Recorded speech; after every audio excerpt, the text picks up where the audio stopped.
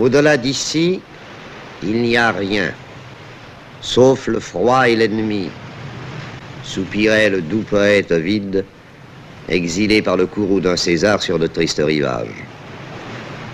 Le nom de Ponteuxin s'est perdu dans les atlas anciens, mais pour les Turcs d'aujourd'hui, comme pour le Romain d'il y a 2000 ans, au-delà de ces eaux turbulentes, il n'y a rien encore, rien que l'ennemi et le froid.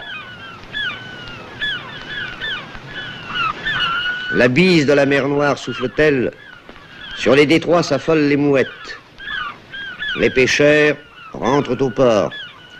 Et soudain s'inversent les saisons.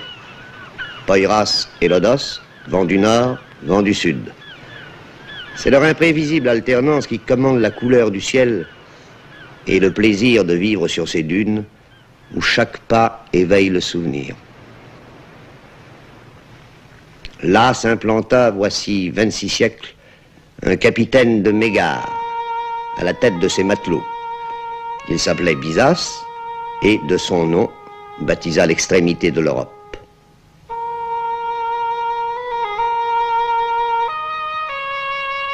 Byzance devint Constantinople, puis Stamboul, sans cesser d'être en armes la conciergerie des détroits. Enlacée par le fleuve marin qui fait sa diversité, la triple ville est inséparable du Bosphore.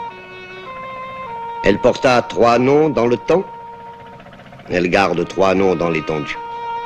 Stamboul, c'est Galata, et aussi Scutari. 2 continents qui, au bord de l'eau, se souviennent chacun d'autre chose.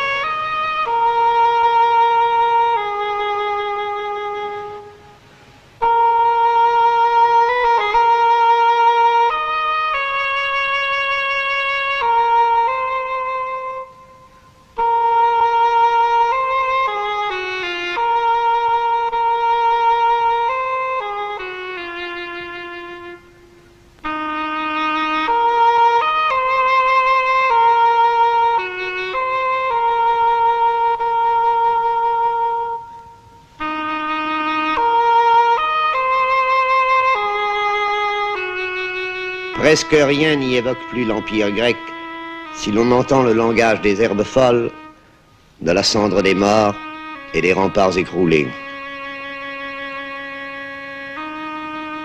Au-delà de ces murailles commence l'Asie, avec cette Anatolie fauve et ocre, si méconnue, presque inchangée.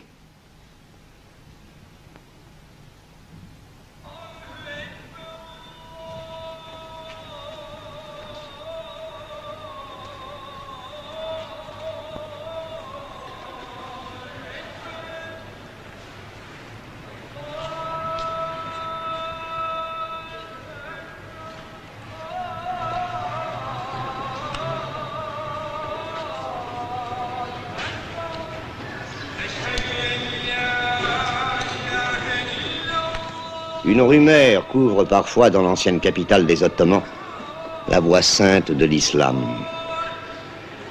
C'est celle d'un monde quasi familier, presque moderne. La suie et la fumée se sont mêlées à des parfums sucrés, le mazout au ruissellement des eaux douces. L'industrie a dressé ses cheminées que les pionniers de la République appellent les minarets d'Atatürk.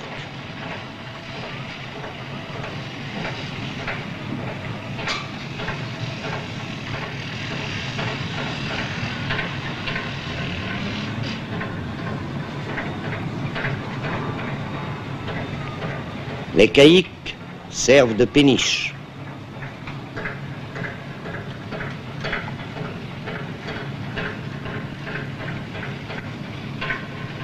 Le promeneur mélancolique gémit en découvrant des dépôts de charbon sur des rives qui enchantèrent les romantiques.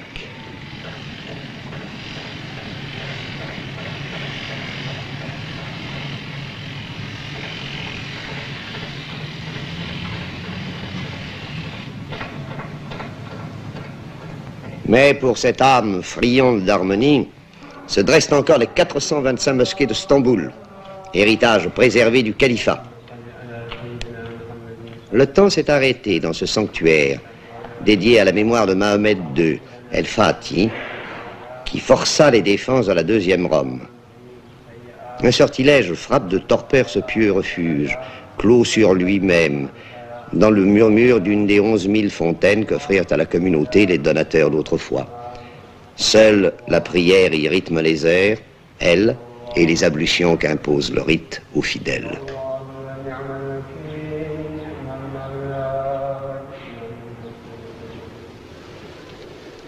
Ici se prolonge encore cette Turquie intemporelle. Elle s'appelait Asie mineure dans les relations de voyage d'écrivains démodés.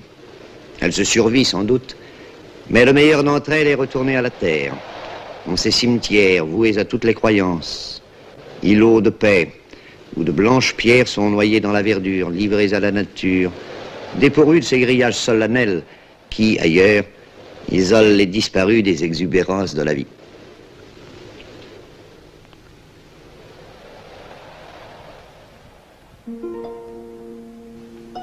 Des images venues d'un autre siècle, comme ailleurs il s'en offre, dans cette ville qui semble la capitale de l'immuable.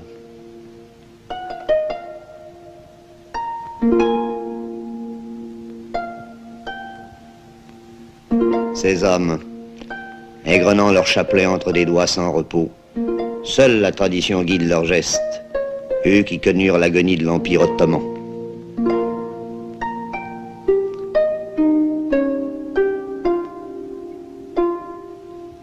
Le Turc n'est plus l'homme malade de l'Europe. Il a vaincu le mauvais sort. S'il a retrouvé le sens de l'avenir, c'est sans renoncer à ses habitudes.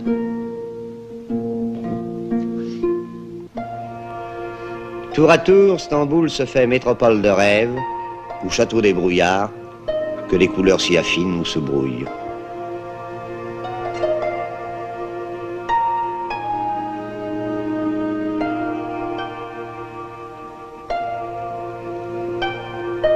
Le ciel se couvre-t-il? Aussitôt, brume et poussière envahissent les quais du Bosphore, estompent les coupoles, cernent comme des vaisseaux fantômes ces ferry-boats, où dans la familiarité des allers-retours quotidiens, on sent battre le cœur de deux continents. Couleur d'ardoise, de grisaille et de boue, c'est toute la ville alors qui part à la dérive et se noie en eau trouble.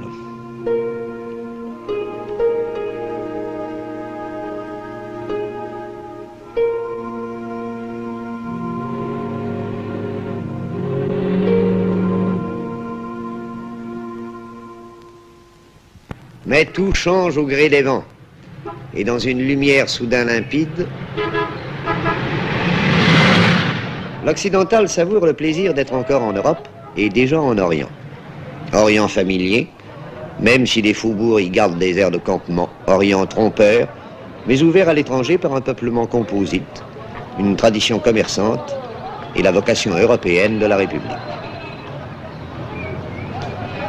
Dans un parfum de pastèque et d'orange, de résine et de thym, sur les marchés se confondent la malice levantine et la rudesse anatolienne, l'hérédité mongole ou l'ascendance balkanique d'un peuple solide et taciturne, bien vivant, sinon bon vivant, frugalement nourri, sobrement abreuvé de yaourt et d'eau claire, de limonade et de sirop de cerise.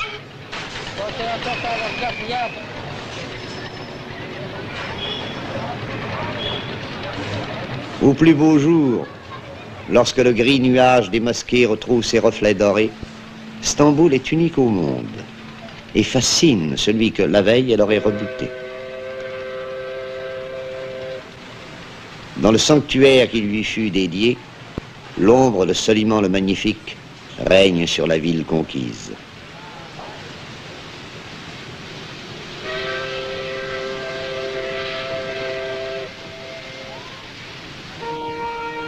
Le souvenir des Génois et des Vénitiens s'accroche au flanc de Péra.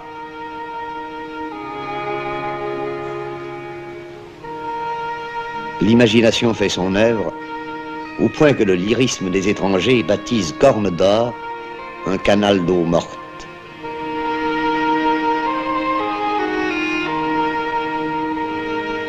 Charriant ses courants contraires, mer d'eau douce et fleuves salés, le Bosphore se fait enjôleur, enlaçant 7 collines vénérables.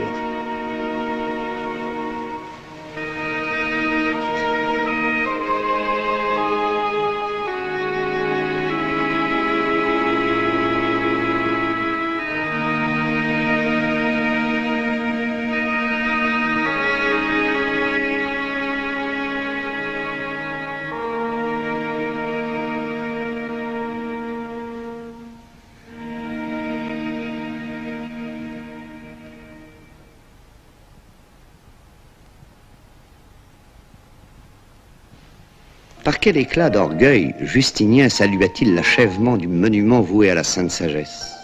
107 colonnes y projettent une coupole fabuleuse à 54 mètres du sol, en hommage au dieu de Byzance et de son image sur terre, le Basileus.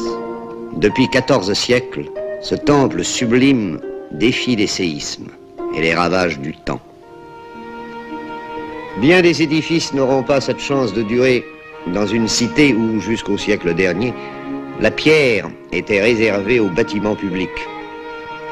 Les riches eux-mêmes se bâtissaient des palais en bois, demeures patriciennes de vieilles familles, dont on aime le charme désuet.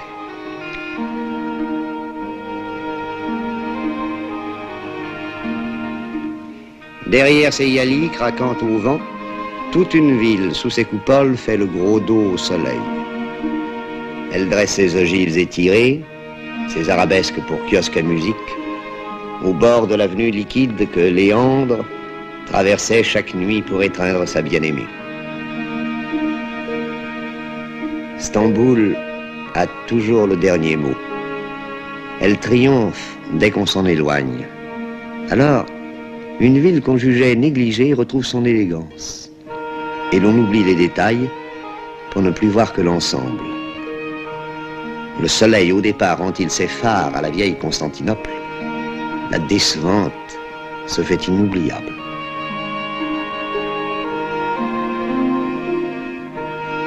Il n'est pas un voyageur qui n'en soit amoureux lorsque, dans un crépuscule chargé de nostalgie, il dit adieu aux barques de pêche qui se balancent sur la rive orientale devant les petits ports d'autrefois.